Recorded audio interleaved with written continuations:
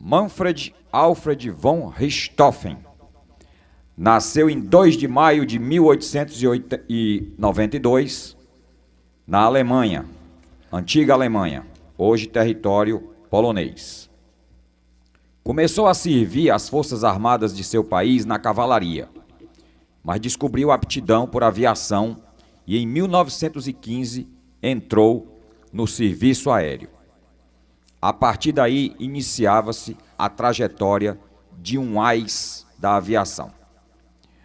Manfred começou pilotando um biplano, Albatros D2, e com esse avião abateu 15 adversários. A partir daí, a bordo de seu Fokker triplano, ele construiu a fama do mais vitorioso piloto de guerra de todos os tempos, com 80 vitórias a seu favor, em um tempo que os aviões eram feitos de madeira, de tecido e de poucos componentes de metal. Manfred se destacava pela sua forma arrojada de pilotar. E foi essa forma arrojada de pilotar que, infelizmente, o levou a invadir as linhas inimigas em território francês e ser abatido, uns dizem, por um avião e outros dizem por uma artilharia australiana. Eu estou contando aqui a história do Barão Vermelho, nome pelo qual ele ficou conhecido mundialmente, tendo sido sepultado pelos seus adversários com honras militares.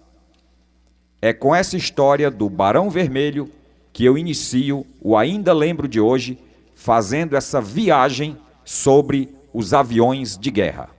Ainda lembro.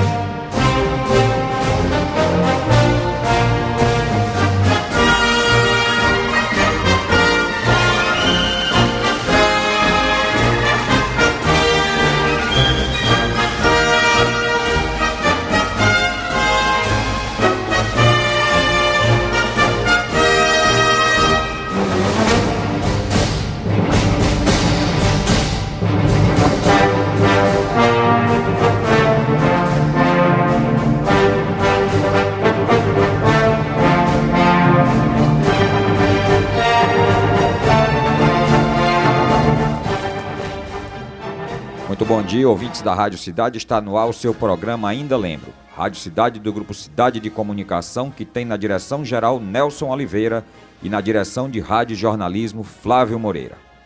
O programa de hoje, que tem na técnica de som Jameson Páscoa. AM Cidade. E o tema do Ainda Lembro de hoje é aviões de guerra. Uma viagem em torno de batalhas, de grandes aviões de combate. E aqui comigo, um convidado pra lá de especial. Seja muito bem-vindo, meu amigo Maia Filho. Presença ansiosamente aguardada e, desde já, o meu agradecimento. Bom dia, Maia. Bom dia, Roberto. Bom dia, ouvintes do programa Ainda Lembro.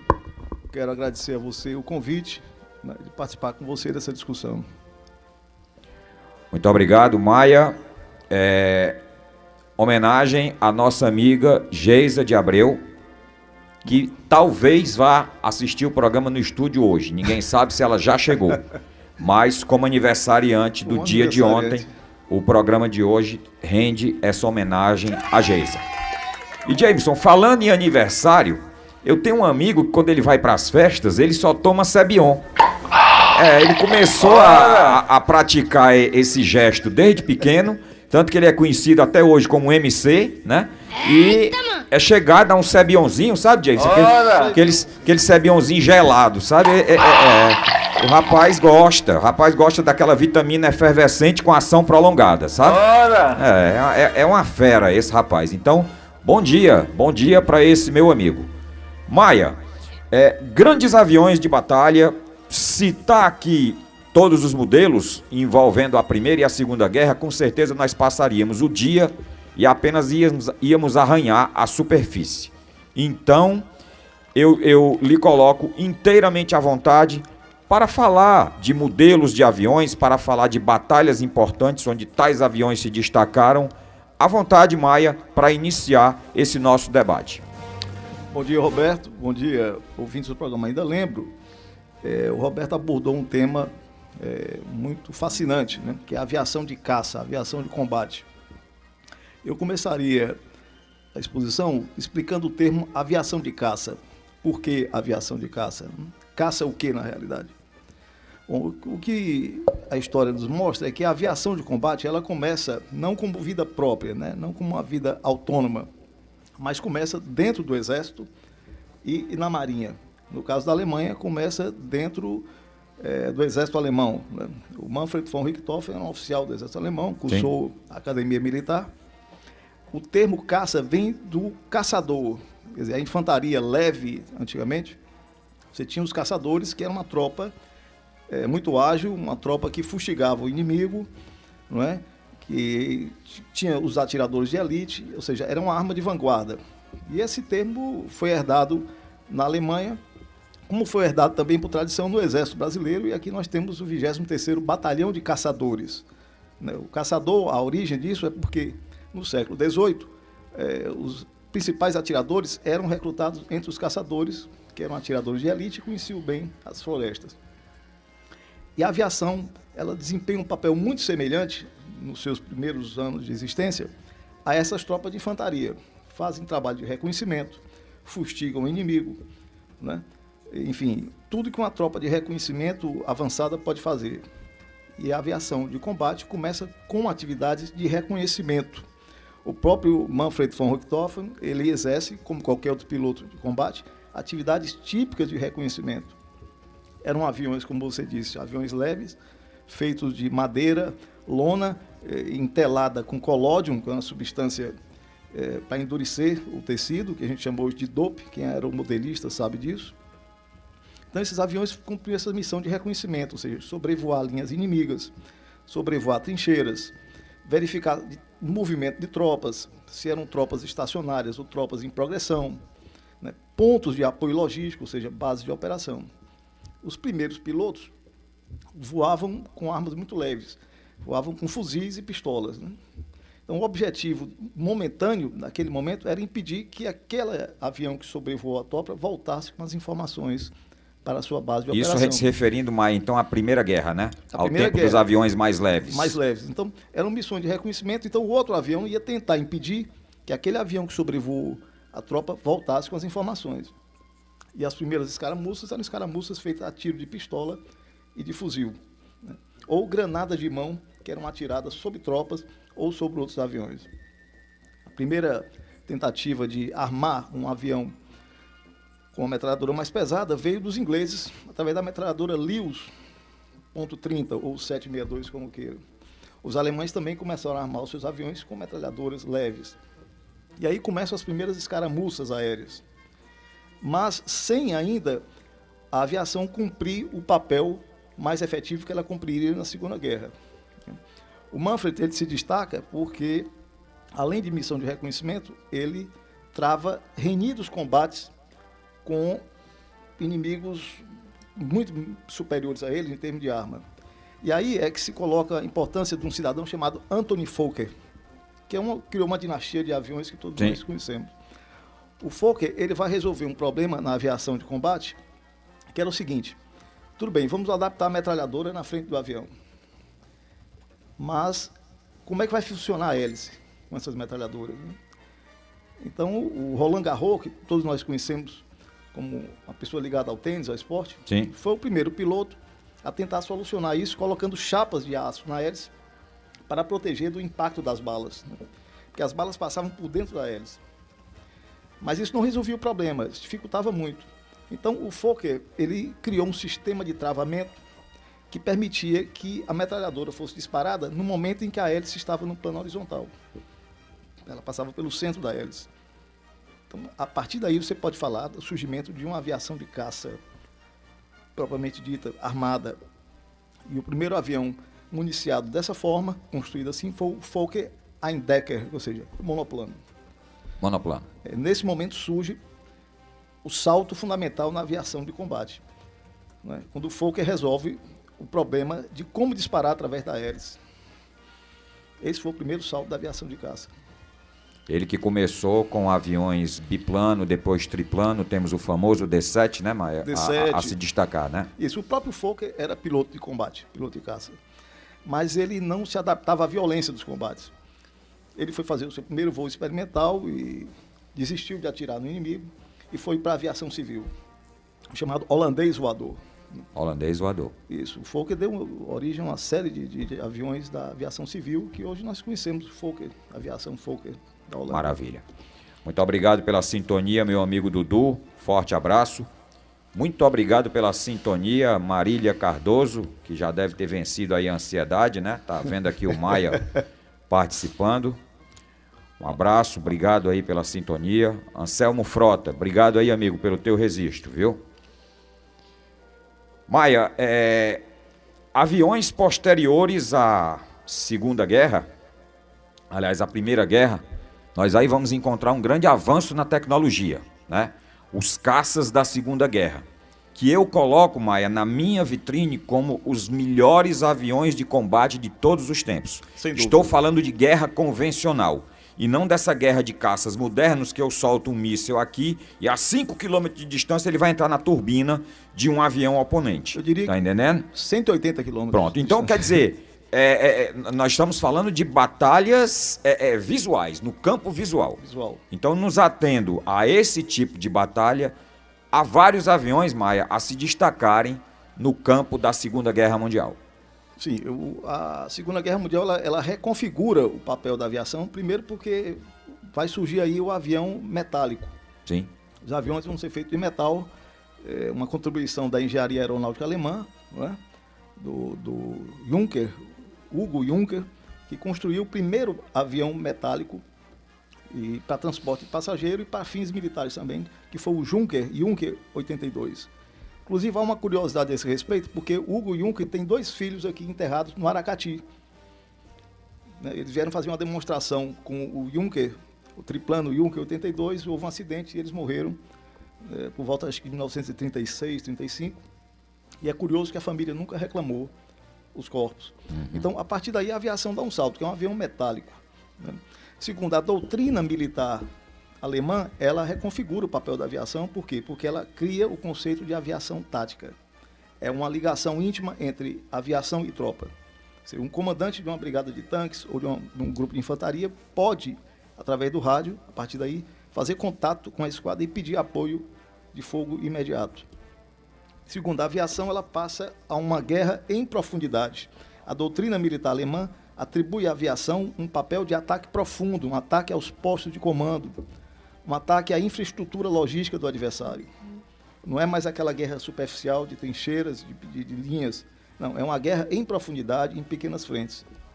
E aí surge o primeiro caça-bombardeiro, o Junker 87, o Stuka, né, que foi criação, inclusive, de um AIS, o segundo AIS alemão, que foi Ernest Udet. Depois ele se suicida, ele não prossegue, mas foi criação dele, o bombardeiro de mergulho. Vem aí o ME-109, né, que é o primeiro caça bem armado, um caça munido de um canhão de 20 milímetros no cubo da hélice, 2 metralhadoras 7.62 na fuselagem e 2 metralhadoras na asa. O ME-109, que foi uma lenda viva da Força Aérea Alemã, só superado mais tarde pelo Focke-Wulf 190, que era um avião muito ágil, mas que já chegou aí depois de 43. Então, uma Segunda Guerra Mundial há um salto qualitativo, né? Na Inglaterra, por exemplo, você tem lá o surgimento da aviação mais estruturada, né? A Inglaterra foi o primeiro, talvez, país a criar uma força aérea independente. O Flying Corps, que se origina no exército britânico, ele cria, né, cria autonomia, é dada autonomia e cria-se a RAF, a Royal Air Force. E aí, nesse campo, se destaca o Hawker Hurricane. Muitas pessoas falam do Spitfire, que foi um excelente caça, caça muito eficiente. Mas o Hurricane foi o avião em maior número e que deu o maior combate à Força Aérea Alemã na Operação Leão Marinho, ou seja, na Batalha da Inglaterra. Então eu tenho aqui os números. Fica à vontade, Maia. Okay. Fica à vontade para ilustrar aí a sua dissertação. Muito obrigado pela sintonia de todos os meus colegas ex-alunos do Colégio Cearense. Recebo sempre mensagem de vocês e agradeço sempre o prestígio ao nosso programa. Eu queria dizer o seguinte, que das 40 esquadrilhas existentes na RAF, 80% eram compostas do Hawker Hurricane, que inicialmente era um avião entelado, e depois ele passa a uma configuração metálica e com vidro blindado. Um avião com 2 canhões hispano, com 2 metralhadoras, mas sem a manobrabilidade do ME-109. Foi um combate desigual, né? Como eu comecei com você antes, fora do estúdio, são um dos aviões que seguraram a barra no momento em que os aliados não tinham a superioridade aérea. Sim. Hawker Hurricane foi um desses aviões, né?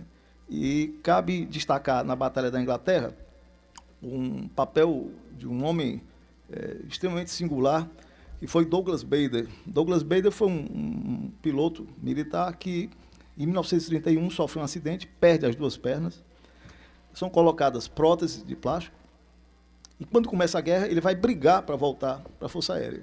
Entra com processo, uma série de recursos, finalmente colocam ele na cabine de um Hawker Hurricane. Ele obtém significativas vitórias, obteve 22 vitórias ao longo de toda a guerra, confirmada, e é abatido sobre a França. É feito prisioneiro pelos alemães, só é libertado no final da guerra, e mesmo assim empreende 2 tentativas de fuga. Douglas Bader recebeu uma medalha, ele faleceu em 82, ele recebeu a medalha junto com John Lennon, em 2010, nos 70 anos da Batalha da Inglaterra. Uma homenagem justa, merecida, com John Lennon também, que dispensa comentários, né? E os dois foram homenageados com selos e medalhas comemorativas. Douglas Bader talvez foi a maior lenda viva pelas condições com que ele lutou, porque uma Sim. cabine de um Spitfire, uma cabine de um Hawker Hurricane sem assento ejetável, era muito difícil sair. Aí você imagina um sujeito com perna de borracha Verdade. enfrentar uma barra pesada dessa. Douglas Bader foi assim, a figura que mais se destacou. Se eu fosse citar um deles, foram muitos ases, né? Os poucos que o Churchill fala, mas Douglas Bader foi o cara que se destacou e virou uma lenda viva. Então você cita o Hurricane e o Spitfire como os grandes aviões da esquadra inglesa. Da RAF. Da RAF. Da RAF. Né? E o radar, né? O radar foi algo fundamental na vitória da Inglaterra, né? E, veja bem, os radares ingleses detectavam movimentação de aviões até na costa da Holanda e no norte da França, que era onde vinha a maioria das Luftflotten, né? dos grupos de ataque. E, no entanto, a estratégia do comando de caça inglês era permitir que eles se aproximassem o máximo, adentrassem o território inglês e só aí seria dado combate. Por quê? Para justamente aproveitar a vantagem de combustível. Enquanto eles vinham já com combustível pela metade, os aviões ingleses decolavam com o tanque cheio, obtendo uma vantagem estratégica fundamental. E aí seriam os Stukas dos aviões alemães? Bom, ali, como bombardeiros, o Heinkel 111, caça pesado, o BF-110, basicamente essa composição de bombardeiros. Sim. E o Dornier também 110. São os aviões que bombardearam a Inglaterra, esses 3 tipos, E os caças MS-109 dando suporte. O Stuka não foi usado na Batalha da Inglaterra, porque ele era um avião tático, um avião para apoio de tropas. Sim. Os bombardeiros utilizados foram bombardeiros de maior alcance. E aí um fato curioso é que há fatos que a gente não percebe, quer dizer, são fatos que extrapolam o campo militar, porque entre a Primeira e a Segunda Guerra houve um crescimento significativo da potência dos motores e a velocidade dos aviões aumentou em 640 km por hora. Quer dizer, um salto tecnológico fantástico. Mas isso trouxe problemas. Qual foi o problema? O superaquecimento dos pistões, dos motores, provocando a pré-ignição do combustível, prejudicando o rendimento do motor, o que acontecia também na indústria automobilística. Sim. Então, diante do problema, tudo bem, como é que nós vamos enfrentar o problema do aquecimento dos motores e da pré-ignição?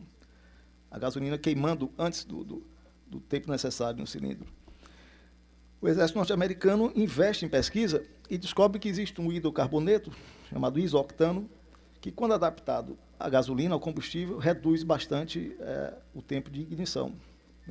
E a média de proporção era de 100 octanas, a medida necessária de 100 octanas. Essa providência que foi utilizada pelos americanos e utilizada pelos ingleses fez a diferença. Por quê? Porque os aviões alemães eram abastecidos com gasolina de 87 octanas, quer dizer, muito abaixo da gasolina de 100 octanas. A potência era a mesma, apenas o rendimento do motor que era muito superior. E isso fez a diferença na Batalha da Inglaterra. O Spitfire era abastecido com a gasolina, um combustível de 100 octanas. O Hurricane também. São fatores extramilitares que a gente não se apercebe, mas que fazem a diferença na hora do combate. Maia, afora a Batalha da Inglaterra, outras batalhas importantes? Eu diria a Batalha no Pacífico. Na sequência, a Batalha na África do Norte também foi importante, mas ali os aliados estavam em inferioridade aérea, quer dizer, lá estava presente a Luftwaffe com o MS-109, o Stuka, e o avião que deu combate às tropas do Afrika Korps, as tropas do Rommel, foi o P-40, o Warhawk. O Spitfire também, mas no grosso de operações de deserto, o P-40 Warhawk. P-40 americano. Americano, que era um caça muito bem armado, resistente, mas do ponto de vista da maneabilidade, muito inferior ao MS-109. Quer dizer, na realidade, mais uma vez, o Spitfire e o Hawker Hurricane, partindo da ilha de Malta, que era um ponto estratégico, uma base estratégica aérea e de submarinos, conseguiram manter a ofensiva aérea contra o Afrika Korps. O P-40 se destaca ali como chamado abridor de latas. Era um avião antitanque por excelência, um avião, pela sua potência, munido com 4 canhões, de 20 milímetros. Era um avião também utilizado para interdição de vias, de ferrovias, de estradas e etc. Mas foi um avião que suportou muito a contraofensiva. E um avião que lutou também, o P-40, no Pacífico, no Sudoeste Asiático, enfrentando o caça talvez mais brilhante da Segunda Guerra Mundial, nesse período, que foi o A6M-0. A6M, o famoso Zero japonês. Zero japonês, da Mitsubishi. Motor Mitsubishi. Muito bem armado, 2 metralhadoras .50 nas asas, 2 metralhadoras 762 e um avião leve, extremamente manobrável, típico do minimalismo japonês. E se acreditava que, pela sua fragilidade, o Zero, que já tinha atacado Pearl Harbor, era um avião que não suportava mergulho. Então, a doutrina inicial dos americanos, tática, era que se fizesse um mergulho profundo, as asas do Zero se partiriam. Isso foi confirmado tragicamente que não era verdade. Que não era verdade. Então, foi preciso criar novas técnicas de combate de enfrentamento ao Zero. E aí se cria o esquadrão Tigres Voadores, né, sob o comando do general Claire Chenot, e eles passam a usar aquela boca de tubarão e aquele olho que Sim. tantos caracterizaram, né, no Pacífico. A outra batalha foi a Batalha de Midway. Sim. Essa batalha virou, vamos dizer assim, o jogo no Pacífico. Mesmo os aliados com inferioridade técnica em termos de avião, quer dizer, o caça básico da Marinha dos Estados Unidos era o F-4F Wildcat, um avião ainda dos anos 30, um avião pesado que não tinha a mesma maneabilidade do Zero, mas houve um esforço heróico da Marinha dos Estados Unidos, a Marinha embarcada, de criar técnicas de enfrentamento com Zero. Uma das técnicas era o combate em zigue-zague. Quer dizer, não permitir um combate aproximado com Zero. Em Midway, a frota japonesa de porta-aviões praticamente foi destruída. Um filme clássico que foi exibido na década de 70, conta muito bem essa história. E um outro herói dessa batalha foi o caça-bombardeiro SBD Douglas Dauntless, que, se não fosse Pearl Harbor, já tinha sido aposentado na Marinha dos Estados Unidos. No entanto, é o SBT Douglas Dauntless que vai afundar, né, como caça-bombardeiro, os principais porta-aviões japoneses. Maravilha. Programa Ainda Lembro pela sua Rádio Cidade de Comunicação. Você pode entrar em contato fazendo perguntas para o Maia, mandando sugestões para o programa, pelo grupo do programa Ainda Lembro.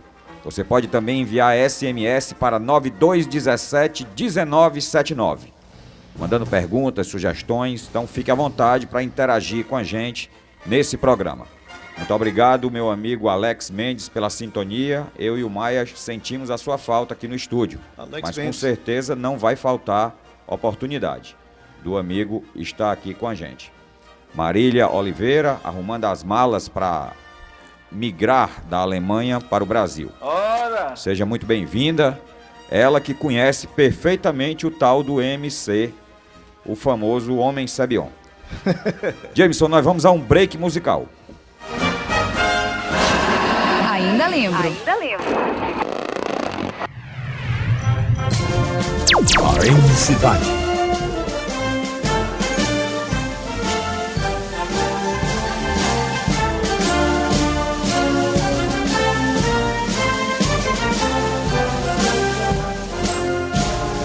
Vamos, filhos altivos dos ares, nosso voo ousado gozar.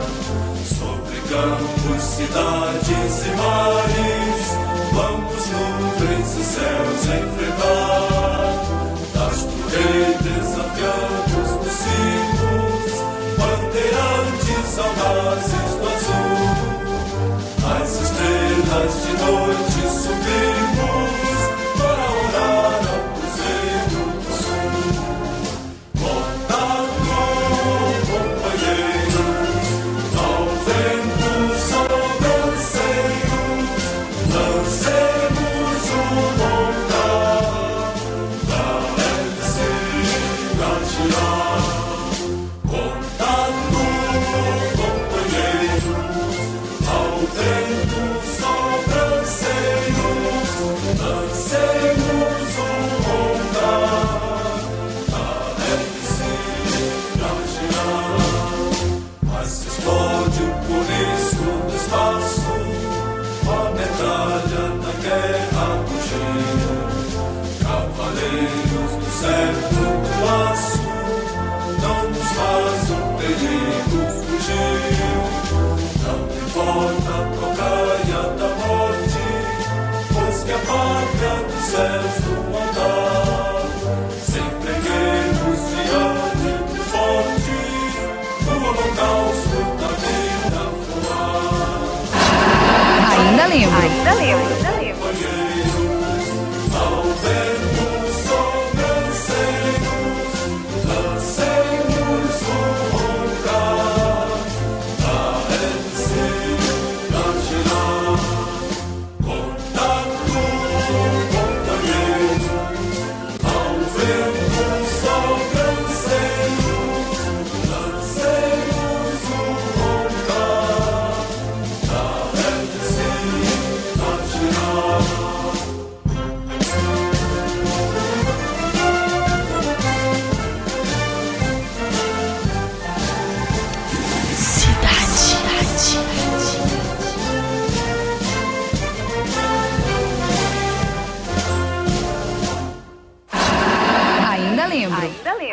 De volta com o seu programa Ainda Lembro, falando sobre aviões de guerra. Meu amigo Gustavo Lima, lá em Copacabana, Rio de Janeiro, vida difícil, hein, garoto? Ora! Uma vida difícil mesmo, rapaz, nesse preço, hein, meu amigo? Maia, existe um filme chamado Flyboys, que ele enfoca os combates das famosas fortalezas aéreas, né? Aviões com poder de fogo bem maior, onde tinham inclusive os artilheiros, lançamento de bombas. Eu queria, Maia, que você abordasse as famosas Air Fortress. Sim, as fortalezas voadoras, né? O filme, inclusive, Memphis Belly, trata muito bem disso. Isso. São aviões, são desenvolvimentos posteriores, quase todos eles pertencentes à Força Aérea dos Estados Unidos, e nesse aspecto se destacam a B-17, a mais famosa, Flying Fortress, né? Que era um avião muito poderoso, um avião bem armado, com alcance de 7.113 quilômetros, né? E uma carga de bomba de 4.761 quilos. Temos aí o B-25, que era um bombardeio médio, ao contrário da B-17, que era um bombardeio pesado, um bombardeio de 4 motores. O B-25 é um avião, inclusive, muito conhecido aqui do cearense, porque é o nome de um clube aqui da aeronáutica, né? Isso. O B-25 também se notabilizou pelo ataque a Tóquio, primeira ação de retaliação norte-americana ao ataque a Pearl Harbor, né? O ataque a Tóquio se deu em fevereiro de 42 e o B-25, decolando do porta-aviões Hornet, realizou um ataque a Tóquio e depois sem retorno.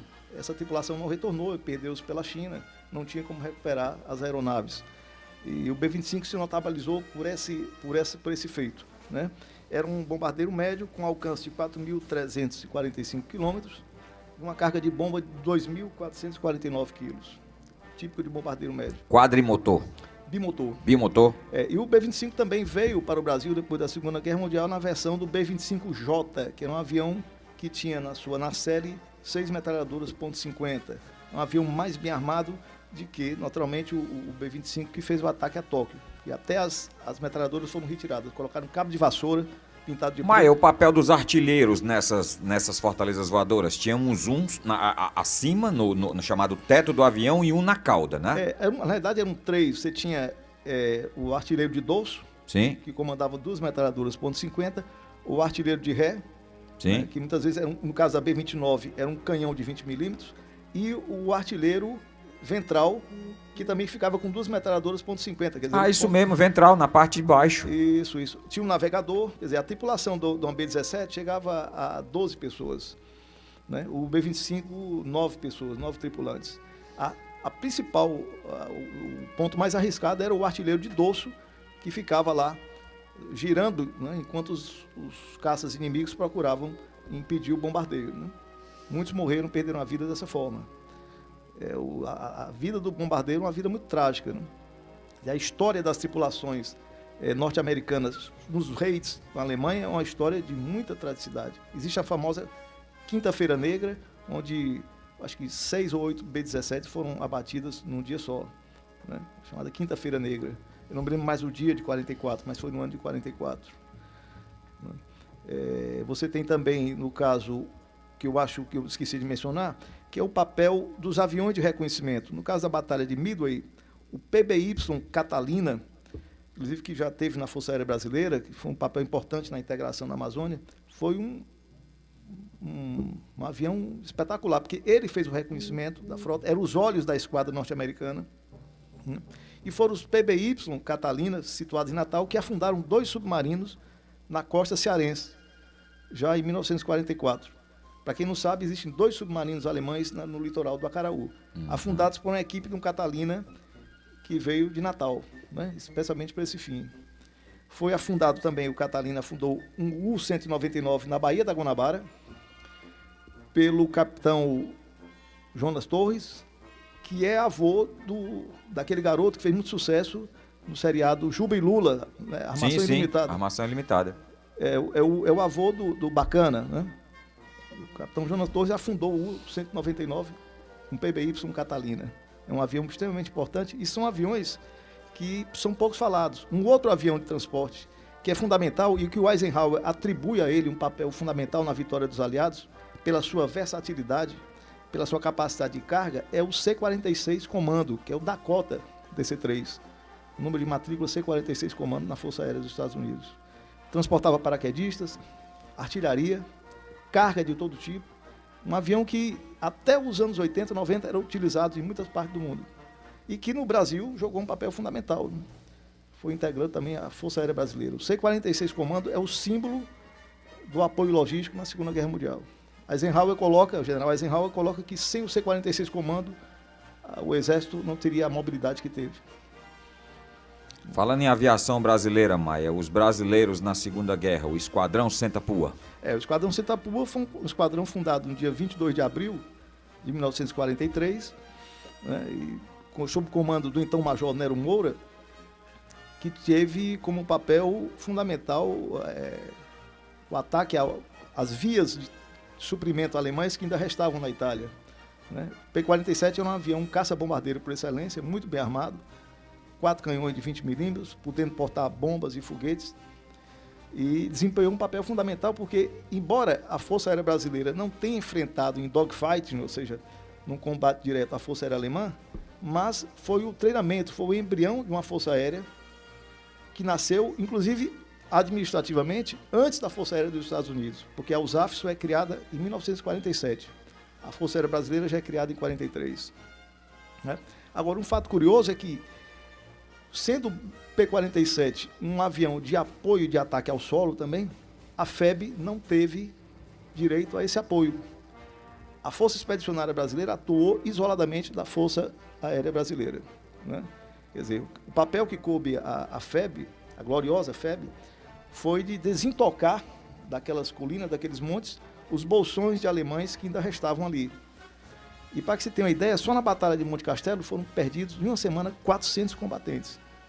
Quando, se a FAB estivesse junto, com seu fogo de apoio, esse número de baixas teria sido consideravelmente reduzido. Quer dizer, não foi dado ao Exército Brasileiro o fogo de apoio aproximado, que já era usual em várias frentes de combate. O glorioso P-47 Thunderbolt. Thunderbolt. Muito obrigado, Luiz Guilherme, nosso colega lá do grupo, direto de Porto Alegre, na sintonia. E respondendo à pergunta do meu querido Eduardo Damasceno, o avião que fica exposto ali na frente da base aérea é o nosso conhecido Chavante, né, Maia? Ali é o F-80.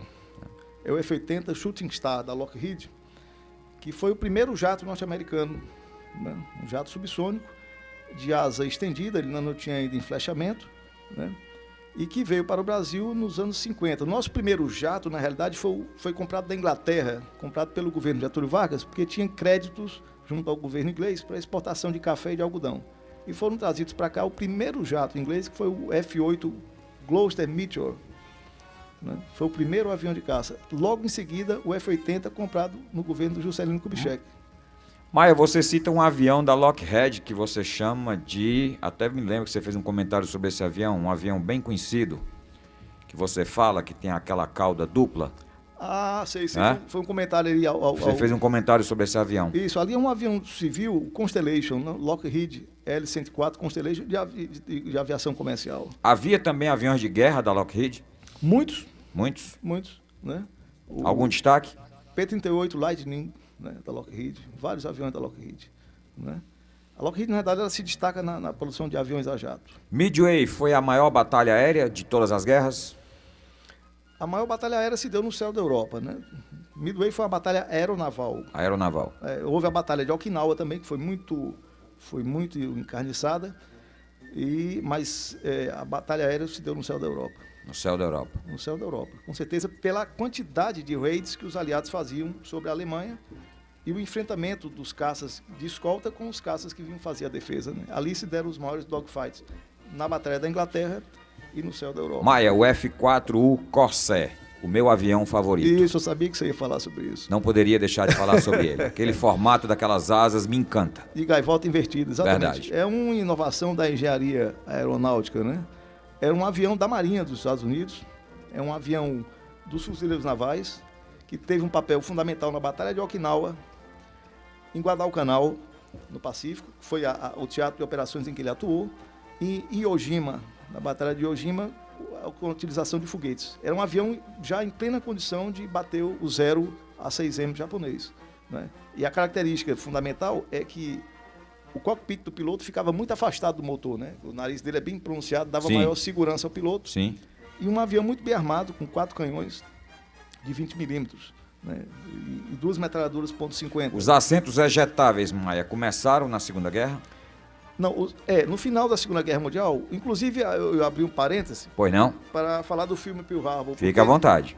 No filme Pearl Harbor você vê que há uma cena, não sei se você lembra, na Batalha da Inglaterra, aquele americano que sai como voluntário.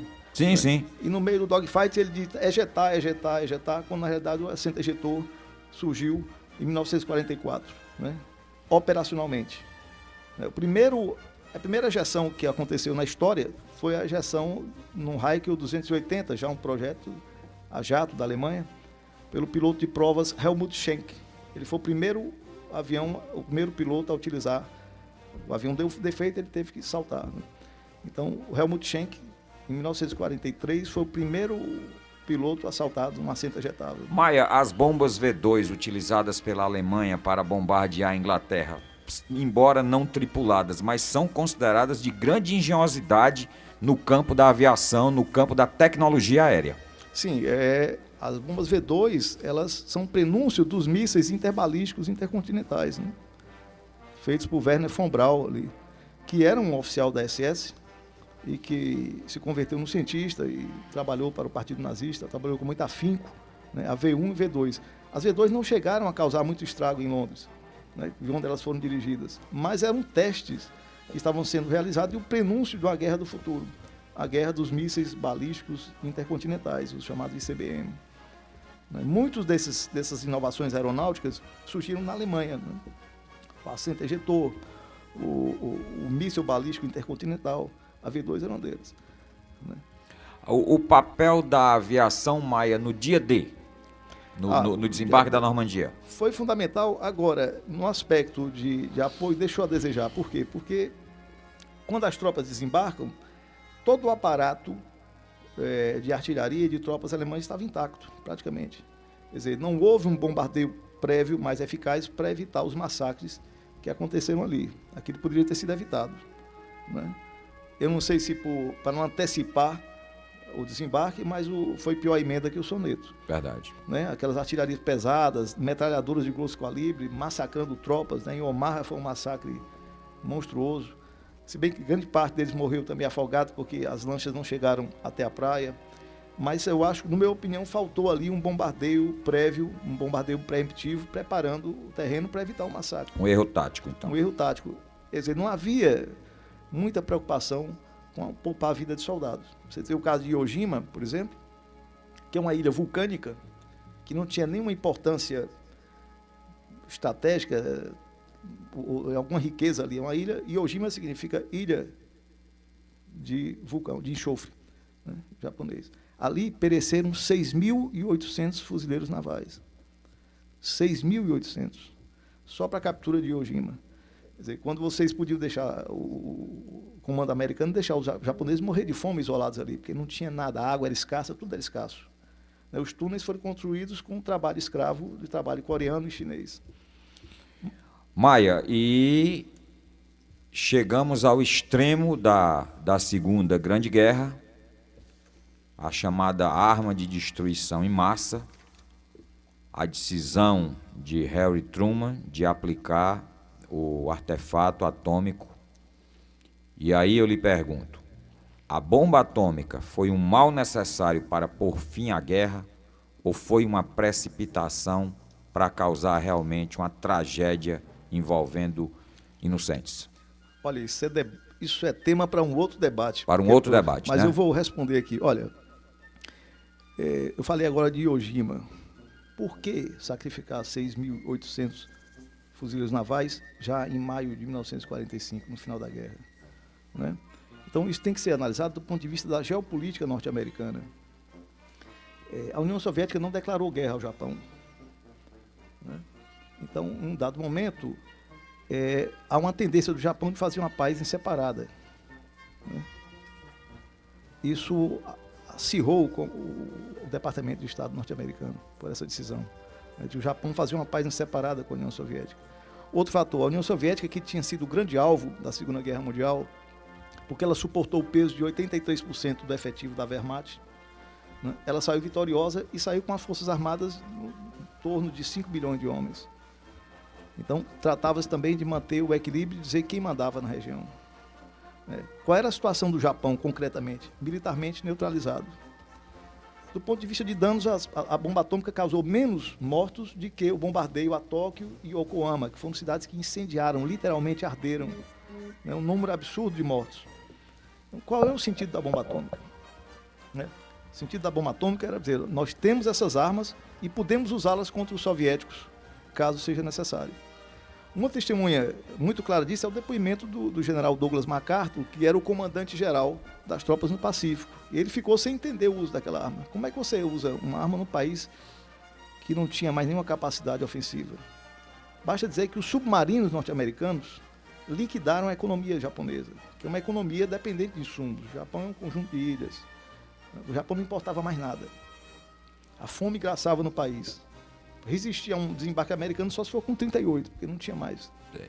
Então, aquilo atendeu a um interesse geopolítico.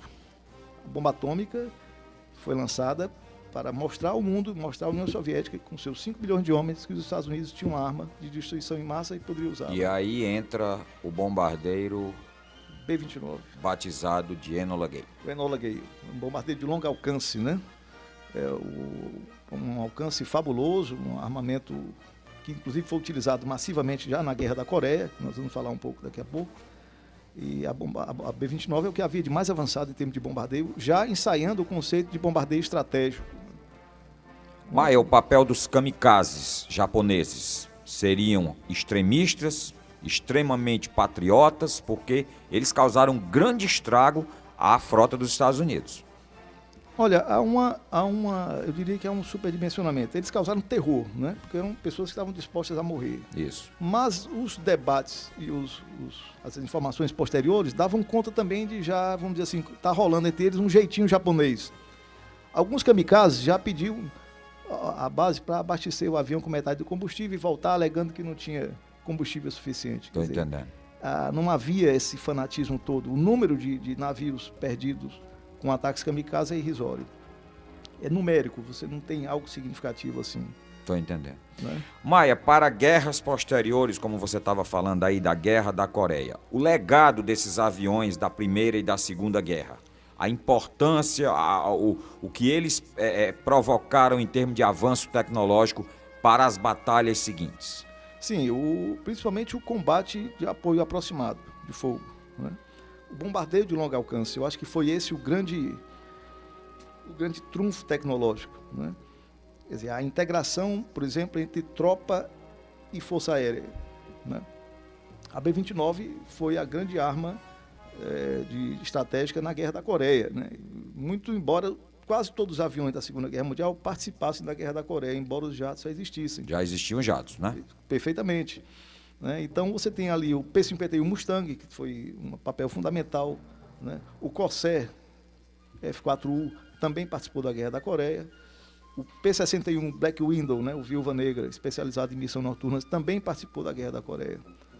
Então, mas o legado fundamental foi o conceito de bombardeio estratégico, inaugurado pela B-29, que até Pyongyang lançava ogivas incendiárias e ogivas compostas de balas de aço, que quando explodiam atingiam pessoas, atingiam crianças. Quer dizer, era um verdadeiro terrorismo aéreo, que foi praticado em Pyongyang e as cidades do norte da Coreia, né? Era um ensejo da guerra estratégica, né? Depois da B-29, você teve um período de bombardeiros a jato, B-56 Rustler, o B-47, também a jato, mas esses aviões saíram de cena muito rapidamente. Quem permanece em cena é o B-52, que é um bombardeio estratégico, capaz de sair de uma base em Wiesbaden, bombardear o Iraque e voltar. Capaz de sair da ilha de Guam, bombardear Saigon, Hanoi, aliás, e voltar para a base sem ter problema de abastecimento. A única arma de bombardeio estratégico que sobrevive aí é o B-52. As fortalezas aéreas sempre, os bombardeiros sempre escoltados por caças, né, Maia? Sempre escoltados por caça. E na Guerra da Coreia não foi diferente, né? A perda de B-29 na Guerra da Coreia foi muito alta, né? Aí se defrontaram 2 caças aí, foi o MiG-15, o primeiro avião a jato soviético, e o F-80, né, o F-92 Panther, enfim, mas não eram aeronaves capazes de enfrentar o MiG-15. A aeronave que surge é o F-86 Sabre, né? É tanto que o maior AIS da Guerra da Coreia é o soviético, né? Eugênio Pepelayev, com 22 vitórias. E a americana é Paul Jabara, com 15 vitórias, um F-86. É interessante você comparar o nível de tecnologia dos dois.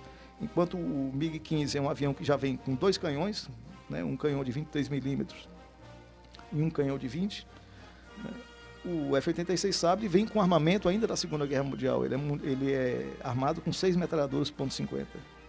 Quer dizer, aquela munição não tem poder de parada. Uma rajada de um MiG-15 seria capaz de destruir uma B-29. Uma única rajada. Você que está acompanhando Ainda Lembro, você vai ter a oportunidade de ver as fotos aqui de um material que o Maia trouxe no grupo do programa Ainda Lembro. Então você pode entrar no grupo do programa Ainda Lembro. O Jameson vai colocar aí um fundo musical para a gente fazer agora as fotos do material que o nosso amigo Maia acabou de trazer.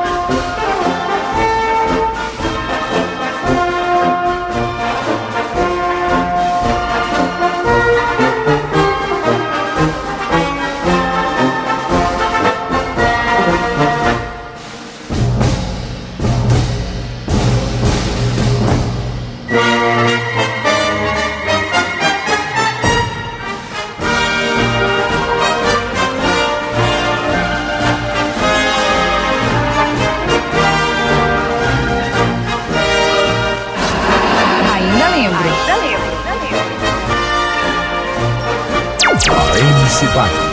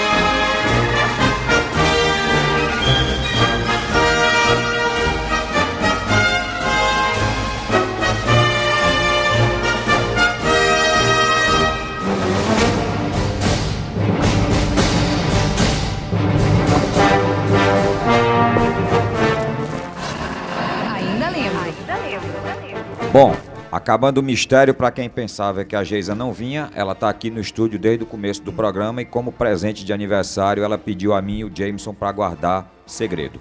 Maia, o encerramento do programa contigo, desde já o meu agradecimento pela tua presença, convidando os amigos a escutarem o Ainda Lembro no próximo domingo. À vontade, Maia. Obrigado a você, Roberto. Eu que agradeço o convite, um tema muito estimulante. E eu queria encerrar a minha participação aqui fazendo uma menção honrosa à participação das mulheres soviéticas na Segunda Guerra Mundial na Força Aérea. A União Soviética foi o primeiro país a permitir mulheres pilotando aviões de combate no fronte, né? E elas se destacam Lilia Litviak, que foi a maior piloto de caça feminina da Segunda Guerra. Ela morreu combatendo 8 MS-109, quer dizer, uma heroína de ação de caça. E a Katerina Budanova, também morta em combate, heroicamente.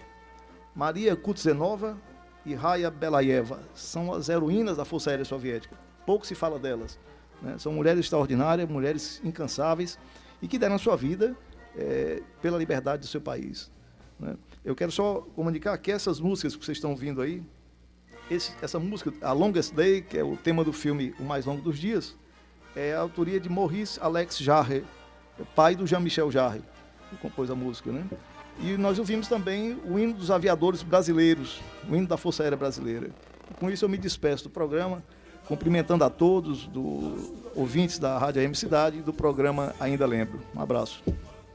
Jameson, muito obrigado pela tua colaboração, meu irmãozinho. O programa Ainda Lembro de hoje, assim como os 3 últimos, em breve vai estar no YouTube. Vocês vão ter a oportunidade de escutar o programa inteiro também pelo YouTube. Algumas imagens serão divulgadas ainda hoje no grupo do programa Ainda Lembro do Facebook. Deixando então a todos o meu muito obrigado, eu me despeço desejando uma semana proveitosa, que Deus abençoe a todos vocês. Jameson, eu ainda lembro.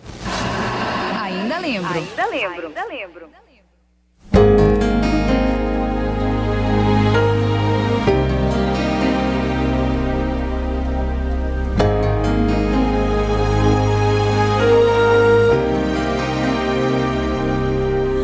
When I think back on these times and the dreams we left behind, Ainda lembro. Ainda lembro. 'cause I was blessed AM Cidade. to have you in my life. When I look back on these days, I look and see your face. You were right there for me.